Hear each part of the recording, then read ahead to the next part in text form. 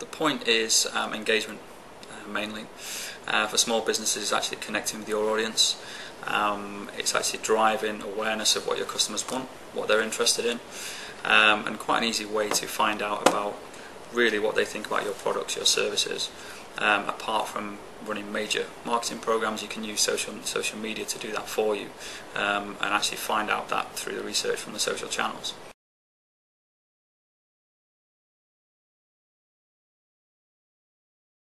Okay, there's a few tools you can actually use to identify where people are having conversations around your topic, your brand, exactly kind of your area of expertise.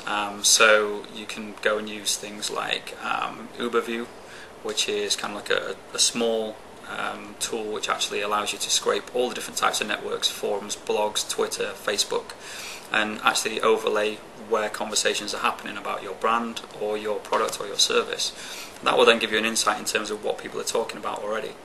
There's also other things, if you want to look at Twitter, there's one called The Archivist, and that's free right now, so it'll actually tell you the conversations that people are having in your space by certain search terms that you put in there. And then obviously what you can do is you can then look at where you want to engage with those types of users.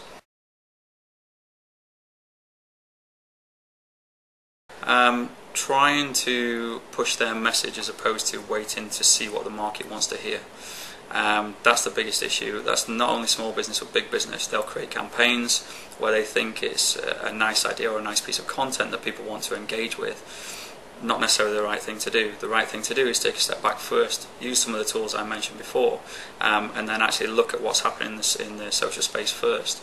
Once you've done that, you can then actually find those influential people, engage on their kind of level, and then actually start engaging in the conversations that they want to hear, rather than the other way around.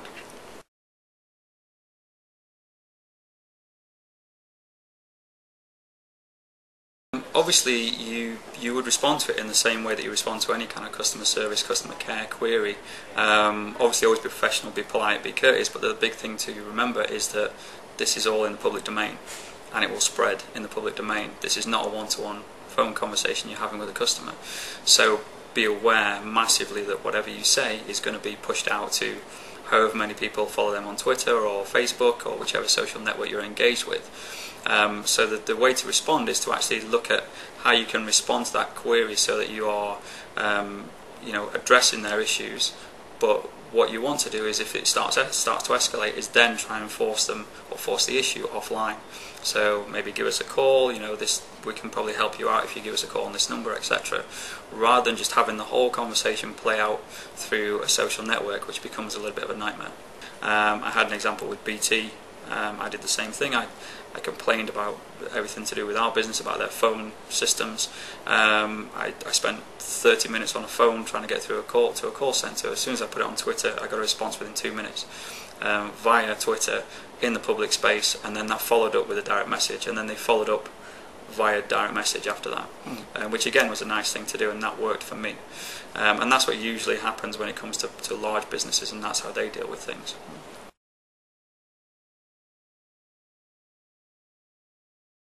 Yeah, it can work. I think for B2B you need to be more clever with what you're trying to do. B2C is very easy because you can go out to a mass audience by using one of the big channels, whether it's Twitter, Facebook, MySpace, one of the big networks, or whether it's things like Money Saving Expert for the forums, for instance. It's quite an easy channel to get into. But if you look at B2B in terms of social networks, again, it's going back and finding where the conversations are happening already. So that may be actually pushing more into niche forums, niche communities.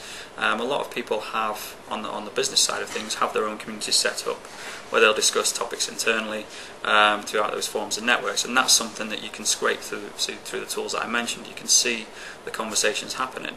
So that's how you can then identify the right niches to get into. So it's a little bit more research, but then actually it's engaging at the right level.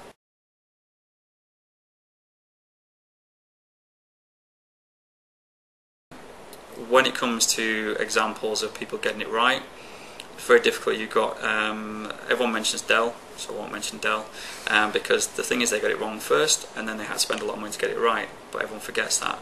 Eurostar obviously got it wrong because when they had the trains break down in the tunnels, they got it completely wrong. They didn't have any strategy in place or any crisis management in place.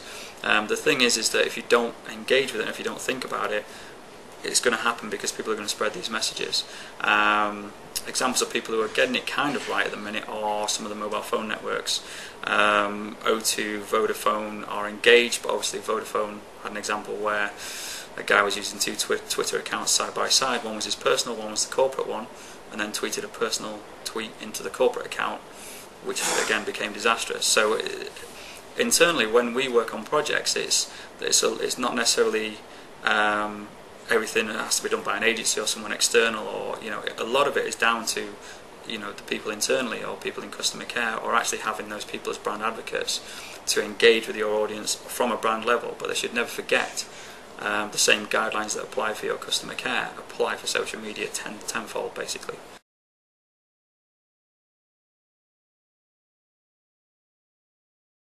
And the things they got right around this was that obviously it created a massive buzz for Old Spice.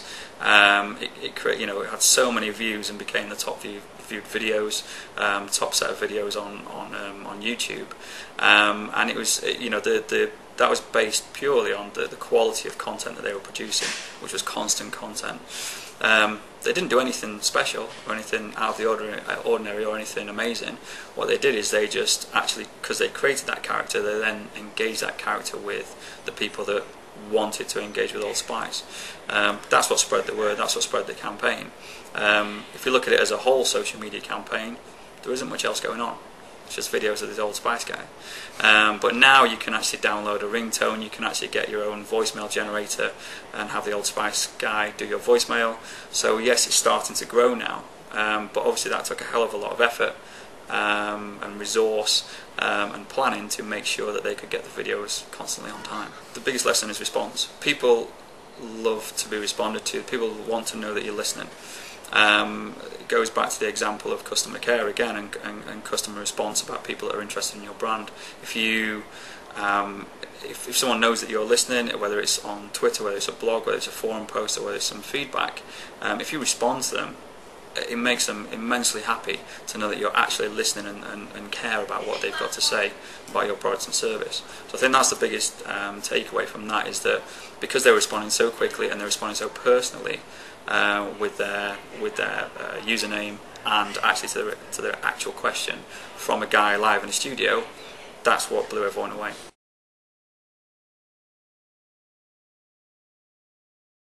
Don't start it if you're not prepared to continue it. Once you start, you can't stop. It's a big snowball effect. If you start any kind of integration or conversation with any community, or even if you start your own Twitter channel or Facebook page, whatever it's going to be, something as small as that, you've got to be prepared to then have constant resource to put on that. So if you don't have that and you don't have the time to actually put anything behind it, don't start it at all. If there is a big issue, then yeah, maybe respond to those people specifically. But if you're going to start it, make sure that you start small, and make sure you start with the right channels that you can manage and that you understand specifically yourself. I mean, that's the first one. The second one I'd say is find out what people want to talk about. And then what you need to do is actually listen to what they're talking about, and then speak to the people that are your kind of like ambassadors in that area. So the people that are influential in each one of these communities, the people that are influential on Twitter, that are talking about your types of product or service, make contact with those guys, give them something back, give them information that you've got that they might not know, so they can start sharing it. So use those guys as the catalyst rather than you trying to build up your own following. You can actually share content through other influential members of the community, and if you give them tools or anything that you have that will help them, so information, or whether it's a tool for travellers or some kind of like, I don't know, could be anything to do with checking the weather. If they have that and then they can post that and they can push that through their community as a helpful piece, that's when you'll start engaging. So use the community to leverage your messages through that community, as opposed to you having to push it yourself. And then once you've got that trust, you can then promote your own stuff, and they'll be much more receptive to taking it on board and actually being positive towards you in that light. And lastly, use it as a tool for market research and basically customer care. Market research obviously is straightforward. You can use polls, you can use through Facebook, you can use various different channels to post out questions, find out what people are thinking, and then also you can also look at from a market research perspective, but you can also look at customer care in terms of once you've found that out, you can then answer people's questions more effectively.